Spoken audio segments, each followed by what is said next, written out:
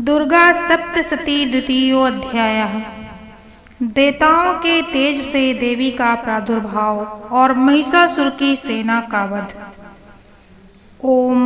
मध्यम चरित्र के विष्णु ऋषि महालक्ष्मी देवता ऊषणिक छंद शाकंभरी शक्ति दुर्गा बीज वायु तत्व और यजुर्वेद स्वरूप हैं।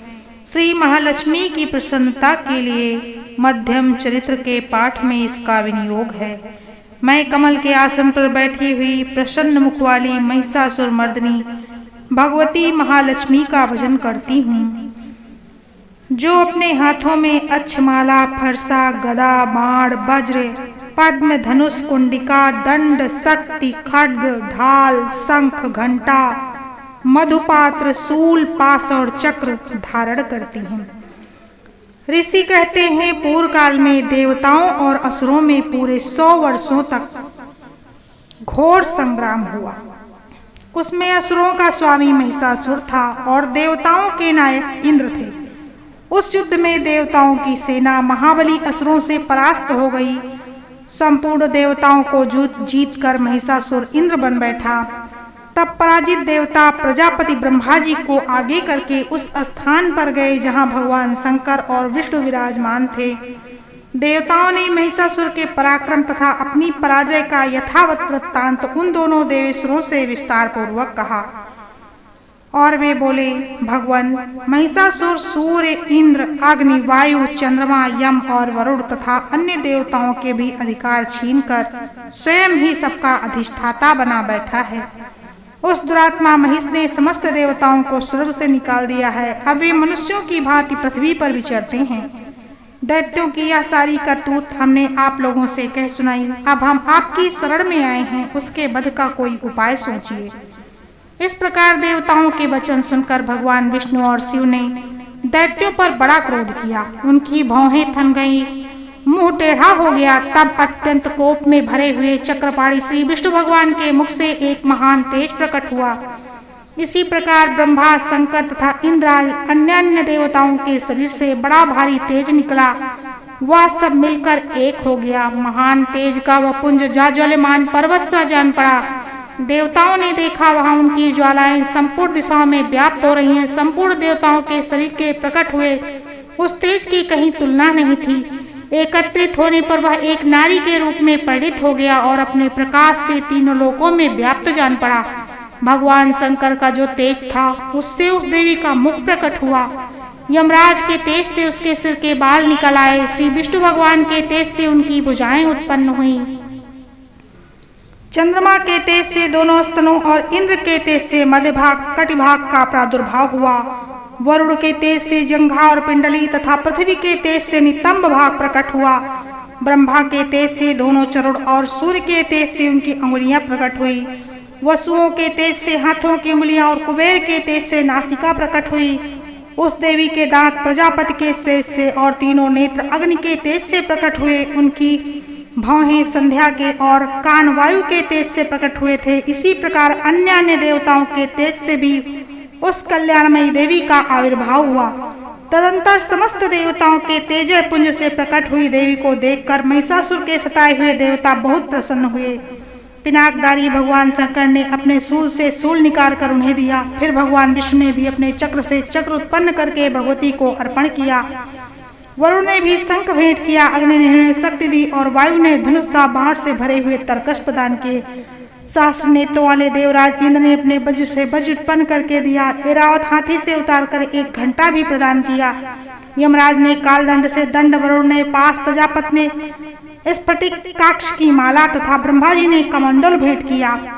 सूर्य ने देवी के समस्त रोमकूपों में अपनी किरणों का तेज भर दिया। काल ने उन्हें चमकती हुई ढाल और तलवार दी। क्षीर समुद्र ने उज्ज्वल हार तथा कभी जीर्ण न होने वाले 2 दिव्य वस्त्र भेंट किए।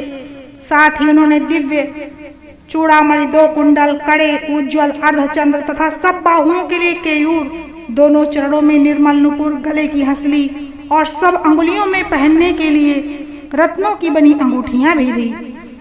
विश्वकर्मा ने उन्हें अत्यंत निर्मल फरसा भेंट किया। साथ ही अनेक प्रकार के अस्त्र शस्त्र और अमेध्य कवच प्रदान किए। इनके सिवा मस्तक और वक्षस्थल पर धारण करने के लिए कभी न कुम्हलाने वाली कमलों की मालाएं दी। जलध ने उन्हें सुंदर कमल का फूल भेंट किया। हिमालय ने सवारी के लिए सिंह तथा भांति भांति के रत्न समर्पित किए।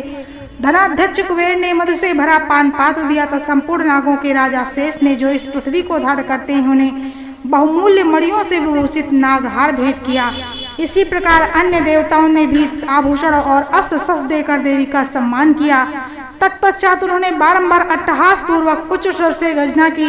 उनके भयंकर नाद से संपूर्ण आकाश गूंज उठा। देवी का यह अत्यंत उच्च स्वर से किया हुआ सिंहनाद कहीं समा न सका।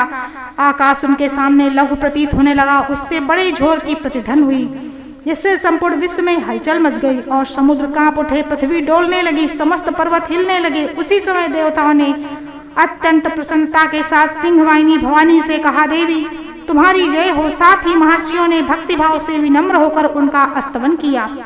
संपूर्ण त्रिलोकी को क्षोभग्रस्त देखकर दैत्यगण अपनी समस्त सेना को कवच आदि से सुसज्जित कर हाथों में हथियार ले सहसा उठकर खड़े हो गए। उस समय महिषासुर ने बड़े क्रोध में आकर कहा, आह, यह क्या हो रहा है। फिर वह संपूर्ण असुरों से घिरकर उस सिंहनाद की ओर लक्ष्य करके दौड़ा और उसे आगे पहुंचकर उसने देवी को देखा तो अपनी प्रभा से तीन लोगों को प्रकाशित कर रही थी। उनके शरीर चरणों के भार से पृथ्वी दबी जा रही थी, माथे के मुकुट से आकाश में रेखा खींची जा रही थी तथा वे अपने धनुष की टंकार से सातों पातालों को क्षुब्ध किए देती थी।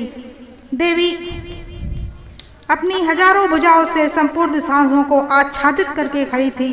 तदंतर उनके साथ दैत्यों का युद्ध छिड़ गया। नाना प्रकार के अस्त्र शस्त्रों के प्रहार से संपूर्ण दिशाएं उद्भासित होने लगी। चिच्छुर नामक महान असुर महिषासुर का सेनानायक था।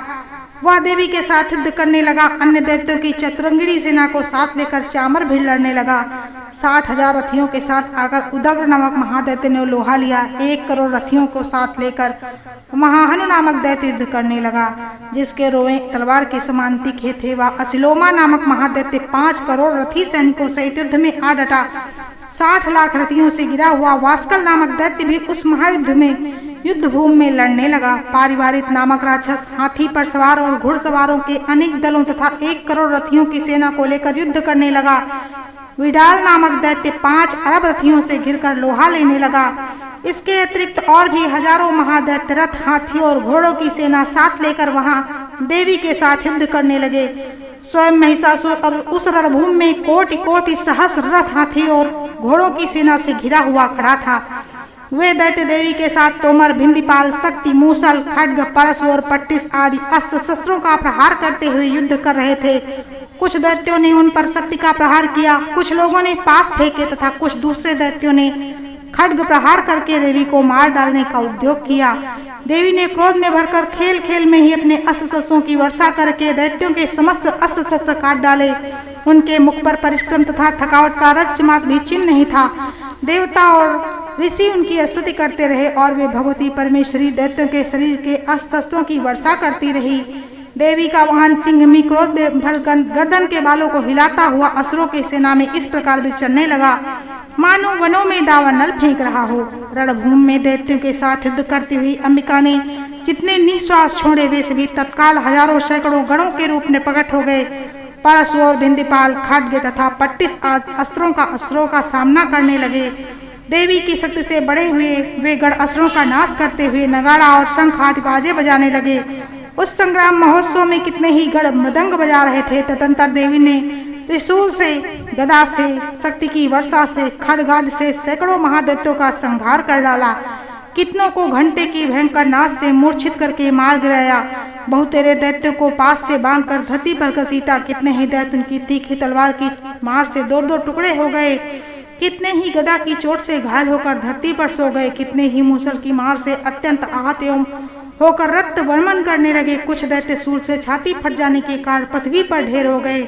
उस रणांगण में बाण समूहों की वृष्टि से कितने ही असुरों की कमर टूट गई। बाज की तरह झपटने वाले देवपीड़क दैत्यगण अपने प्राणों से हाथ धोने लगे। किन्हीं की बाहें छिन्न भिन्न हो गई, कितनों की गर्दनें कट गई। कितने ही दैत्यों के मस्तक कट कट कर गिरने लगे। कुछ लोगों के शरीर मध्य भाग में विदीर्ण हो गए। कितने ही महादैत्य जांघें कट जाने से पृथ्वी पर गिर पड़े। कितनों को ही देवी ने 1 बांह, 1 पैर और 1 नेत्र करके 2 टुकड़ों में चीर डाला।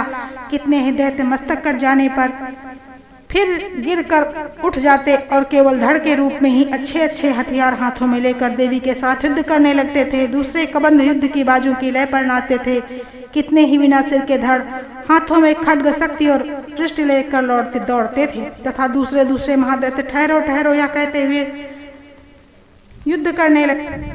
जहां वह घोर संग्राम हुआ वहां की धरती देवी के द्वारा गिराए हुए रथ, हाथी, घोड़े और असुरों की लाशों से ऐसी पट गई कि वहां चलना फिरना असंभव हो गया। दैत्यों की सेना में हाथी, घोड़े और असुरों के शरीरों से इतनी अधिक मात्रा में रक्तपात हुआ था कि थोड़ी ही देर में वहां खून की नदियां बहने लगी। जगदम्बा ने असुरों की विशाल सेना को क्षण भर में ही नष्ट कर दिया, ठीक उसी प्रकार जैसे तृण और काठ के भारी ढेर को आग कुछ ही क्षणों में भस्म कर देती है।